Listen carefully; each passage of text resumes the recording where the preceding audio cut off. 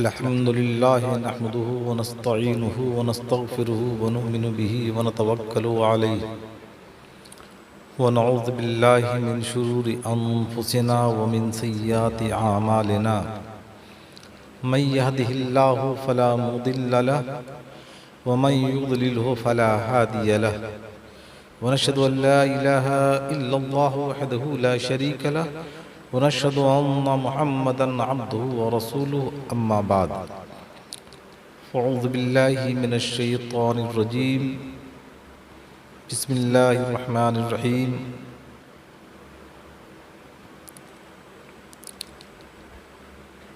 फ़मन ताबा आमना व अमिला सालिहन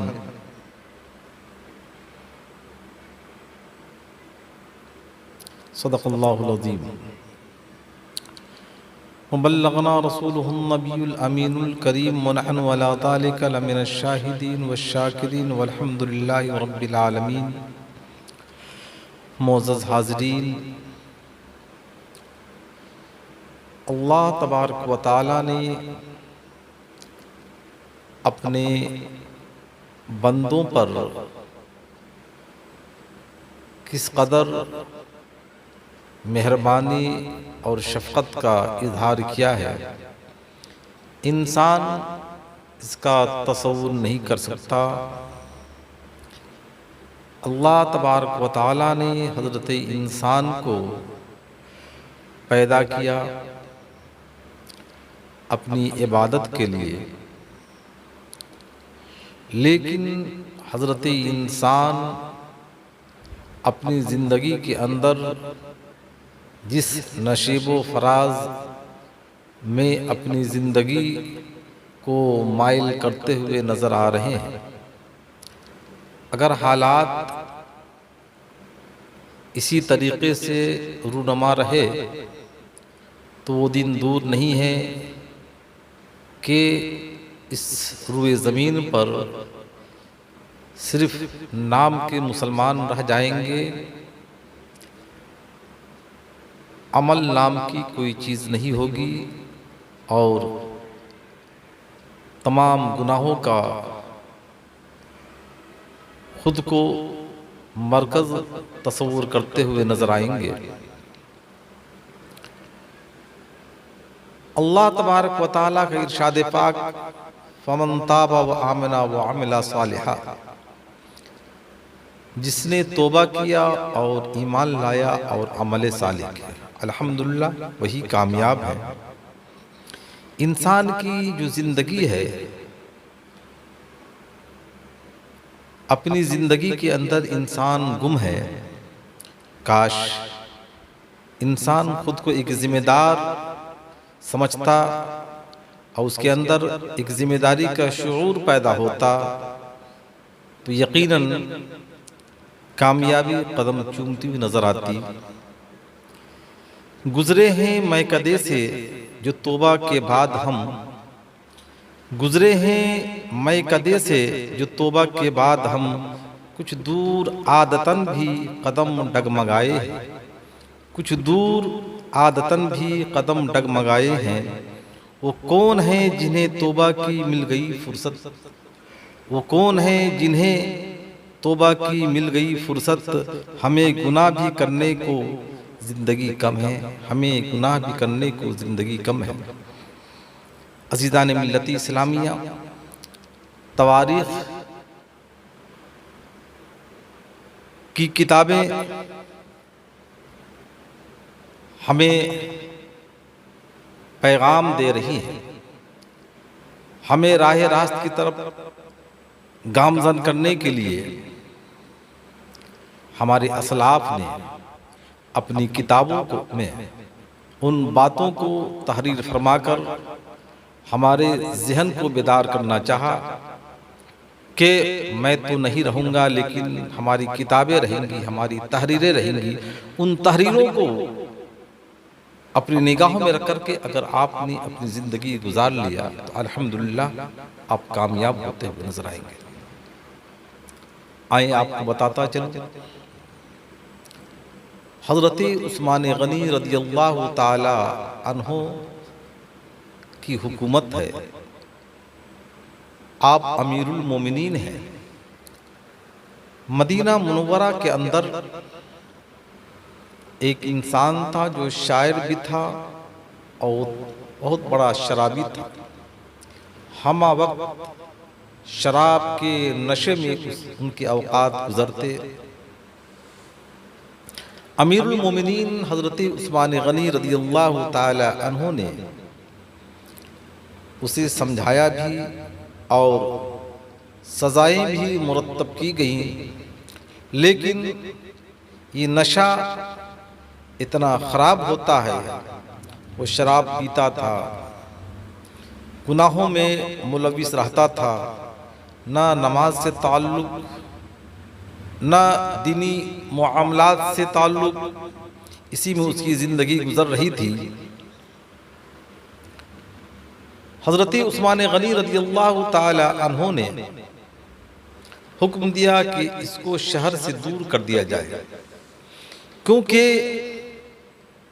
Medina Munawwara की सरजमीन और पाक सरजमीन, जिस सरजमीन पर अल्लाह के प्यारे हबीब सल्लल्लाहु ताला अलैहि वसल्लम आराम फरमा, उस सरजमीन पर शराब पीने वाला, गुनाहों में मुलविस रहने वाला, खुद को गलत रास्ते पर गामजन करने वाला, इसको मैं कभी भी बर्दाश्त नहीं कर सकता हूँ।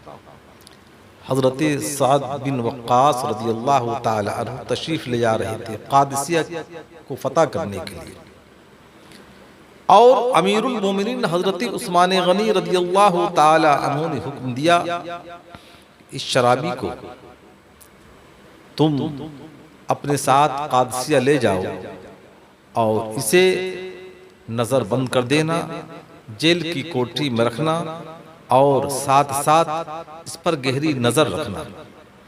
ऐसा न हो कि तुम लोगों को धोखा देकर कहीं और चला जाए और वहाँ जा कर के वहाँ के माहौल को परागंदा कर दे।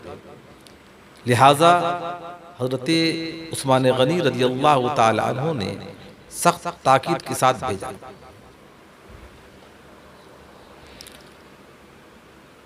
काफिला रवा दवा हुआ। हज़रत साद बिन वक्कास रज़ियल्लाहु ताला अन्हु अपने साथ लेकर चले। जब कादिसिया पहुँचे, उन्होंने अपना खीमा बनवाया और अपने खीमा के बगल में एक और खीमा बनाया, जिसको जेल की शक्ल में तब्दील फरमा दिया और उस आदमी के हाथ में और पाँव में बेड़ियां लगा दी और चले मैदान जंग की तरफ। रुस्तम की फौज थी, तकरीबन 3 लाख उनकी तादाद थी और मुसलमानों की तादाद 30,000, 30,000। कहाँ 3 लाख, कहाँ 3,000। एक एक मुसलमानों को वो घेर लेते 30-30 आदमी के साथ। हालात जो नजर आ रहे थे उससे समझ में आ रहा था कि मुसलमानों को शिकस्त का सामना करना पड़ेगा। तो जिनको हजरत साद बिन वक्कास रज़ियल्लाहु ताला अन्हु ने खीमा के अंदर जेल की शक्ल बना करके उनको गिरफ्तार करके मुक़य्यद कर दिया था, उनको मालूम हुआ तो ज़ारो क़ितार रोने लगे। जिस तरीके से छोटा बच्चा रोता है उसी तरीके से वो जोर जोर से रो रहे थे। हजरत साद बिन वक्कास रज़ियल्लाहु ताला अन्हु की ज़ौजाए मोहतरमा ने जब सुना तो वहां गई और पूछा, आप क्यों रो रहे हो, रोने की वजह क्या है?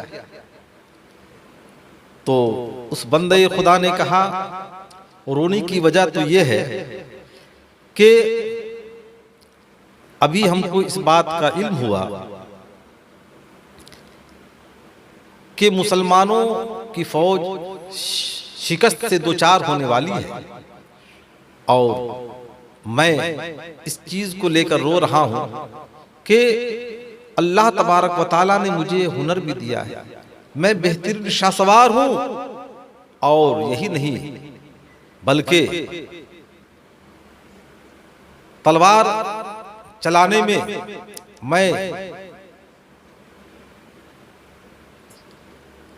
अपने नजरों के सामने आज तक मैंने किसी को नहीं देखा जो मेरा मुकाबिल हो और मेरी तरह तलवार चलाने वाला हो। तो हजरत साद बिन वक्कास रज़ियल्लाहु ताला अन्हु की ज़ौजा मोहतरमा कहती हैं, आपका क्या ख्याल है? तो कहा, अगर आपको भरोसा हो तो मैं अल्लाह वहदहू ला शरीक को गवाह बना करके आपसे मैं अर्ज कर रहा हूं कि मुझे आप एक बेहतरीन घोड़ा दे दे और एक बेहतरीन तलवार, और मैं वादा करता हूं कि जिस तरीके से अभी हूं मुक़य्यद, उसी तरीके से जंग से आने के बाद अगर मैं जंग में मर गया, मेरा इंतकाल हो गया, तो यकीन के साथ कहता हूं कि अल्लाह ताला अपने हबीब अलैहिस्सलातु व तस्लीम के सदक़े में शहादत के दर्जे पर सरफराज फरमाएगा, वरना फिर मैं आकर के इसी तरीके से हाजिर हो जाऊंगा, फिर आप मुझे बेड़िया लगा देना। साद बिन वक्कास रज़ियल्लाहु ताला अन्हु की ज़ौजा मोहतरमा ने हुक्म दिया कि खोल दिया जाए। वो निकले, निकलने के बाद घोड़े पर सवार हुए। घोड़े पर सवार होने के बाद तलवार लिया और चमकाते हुए चले मैदान कारज़ार। देखा जहां मुसलमानों को रुस्तम की फौज घेरे हुई है, वहां नारे तकबीर की सदा बुलंद करते हुए घुस जाते और खीरे मोली की तरह दुश्मनों को काटते हुए नजर आते। ये उनका सिलसिला चलता रहा। अल्हम्दुलिल्लाह इसी जज्बा के तहत मुसलमानों का हौसला बढ़ गया और रुस्तम भी जो था बैठा हुआ, उसके दिल के अंदर खौफ व दहशत तारी हो गई। कहाँ 3 लाख की फौज और कहाँ 30,000। लेकिन अल्हम्दुलिल्लाह जब ये बंदे खुदा दुश्मनों के अंदर जाता तो हवा की तरह, हवा का जो झोंका आता है उसी तरीके से जाता और काट करके फौरन वहां से निकल जाता। हजरत साद बिन वक्कास रज़ियल्लाहु ताला अन्हु देख रहे हैं, सोच रहे हैं कि ये रब की तरफ से मदद है, नुसरत इलाही है, क्या कोई फरिश्ता तो नहीं है? उनको समझ में नहीं आ रहा था। जब अल्हम्दुलिल्लाह मुसलमानों को फतहयाबी हुई और काफिर शिकस्त से दो चार होकर वहां से राह फिरार इख्तियार कर लिए, तो जब हजरत साद बिन वक्कास रज़ियल्लाहु ताला अन्हु अपने खीमा की तरफ तशरीफ लाए, तो आपने अपनी शरीक हयात से कहा, अल्हम्दुलिल्लाह रब ने फतहयाबी अता फरमाई, मुसलमानों को अल्लाह ताला ने कामयाबी अता फरमाई, मुसलमान काफिरों पर गालिब हुए और काफिर मैदान छोड़कर राह फिरार इख्तियार कर लिए। लेकिन मुझे जंग में एक चीज समझ में नहीं आया कि रब की तरफ से फरिश्ता था कि कौन था। हवा की तरह आता, काफिरों को मारता काटता हुआ निकल जाता। इसी तरीके से उनका सिलसिला चलता रहा और फिर वो न जाने बंदे खुदा कहाँ चला गया। मुझे अफसोस भी है और खुशी भी है। खुशी इस बात पर है अल्लाह तबारक व तआला ने मुसलमानों को गलबा ता फरमाया, और गम इस बात पर मैं कर रहा हूँ कि वो आने वाला कहाँ चला गया। क्या जमीन ने उसे निगल लिया? क्या आसमान की तरफ वो चला गया? कुछ मुझे समझ में नहीं आ रहा है। अल्लाह अकबर। जब हजरत साद बिन वक्कास रज़ियल्लाहु ताला अन्हु ने कहा, तो आपकी ज़ौजा मोहतरमा ने कहा कि वो कोई नहीं था जिनको आपने अपने खीमे के बगल में जेल की कोठरी बना करके मुक़य्यद किया था, यही बंदे खुदा है इनकी गुजारिश पर मैंने इनको खोल दिया और यही गए मैदान कारजार में।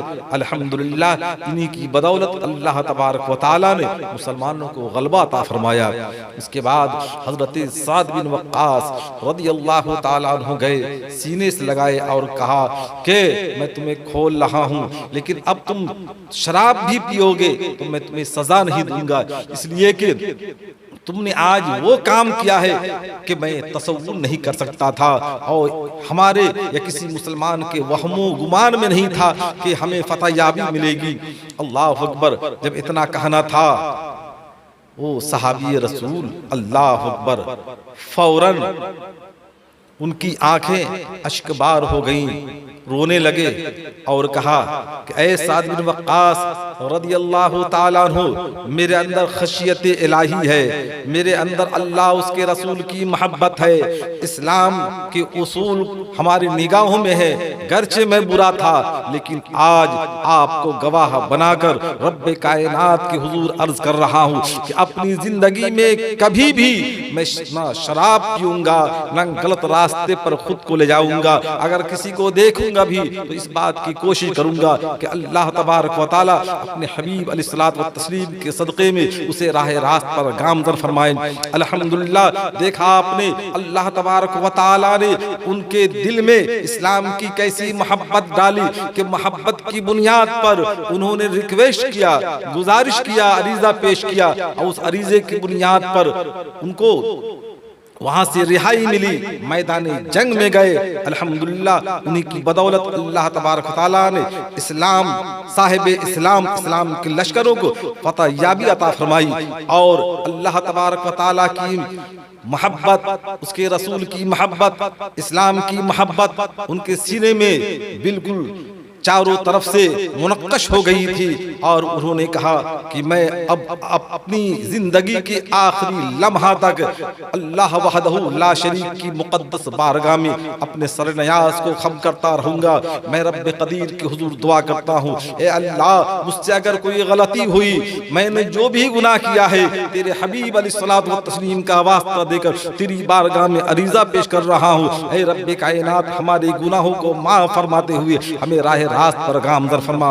अल्हम्दुलिल्लाह परवरदिगार आलम का इतना बड़ा करम हुआ, इतना बड़ा करम हुआ कि रसूल आज़म सल्लल्लाहु ताला अलैहि वसल्लम की दीन के बेहतरीन शाहसवार के नाम से आप मशहूर होते हुए नजर आए। हजरत उस्मान गनी रज़ियल्लाहु ताला अन्हु के जमाने में आपकी तरह मुजाहिद कोई ऐसा नजर नहीं आ रहा था जिन्होंने मैदान जंग में जाकर इस तरीके से अलल ऐलान दुश्मनों के अंदर जाकर के अपनी तलवार को न्याम से निकाल कर खीरे अमोली की तरह काटता हुआ नजर आता। अगर किसी के अंदर जज्बा था तो वो थे सहाबी रसूल जिनको हजरत साद बिन वक्कास रज़ियल्लाहु ताला अन्हु ने मुक़य्यद किया था। उसके बाद रब का इतना बड़ा करम हुआ कि आखिरी दम तक उन्होंने जब परवरदिगार आलम के हुजूर अपने सरे नयाज को खम किया तो अल्हम्दुलिल्लाह जब तक कि उनकी रूह कफ़स उनसुरी से परवाज नहीं कर गई, हमेशा सुबह शाम रात हो या दिन या रात का कोई भी हिस्सा हो तहज्जुद की नमाज भी नहीं छोड़ते थे। अल्हम्दुलिल्लाह हमेशा कुरान करीम की तिलावत में रहते, नफिल नमाज पढ़ते और यही नहीं बल्कि अल्लाह के प्यारे हबीब अलैहिस्सलातु व तस्लीम की बारगाह में जाकर यही अरीज़ा पेश करते, या रसूलुल्लाह सल्लल्लाहु ताला अलैहि वसल्लम आपका गुलाम हाजिर है, अपने गुलाम पर करम फरमाए, नवाजिश इनायतें हो जाए तो आपका गुलाम कामयाब हो जाएगा। आज भी मैं अपनी कौम को दावत सुखन देना चाहता हूँ कि हमारे इस्लाम के मुजाहिदों की तारीख को अपनी निगाह में रख करके अपनी जिंदगी के लम्हात गुजारे। यकीनन परवरदिगार आलम का फजल होगा और यकीनन उन पर हमेशा अल्लाह तबारक व तआला का फजल रहा है जिन्होंने अल्लाह उसके रसूल की मोहब्बत को अपने सीने से लगा करके अपनी जिंदगी के लम्हात को गुजारा है। परवरदिगार आलम की हुजूर दुआ है कि परवरदिगार आलम हम तमाम को इन बातों पर अमल करने की तौफीक रफ़ीक अता फरमाए। आमीन बजाए सय्यिदुल मुरसलीन। अस्सलामु अलैकुम।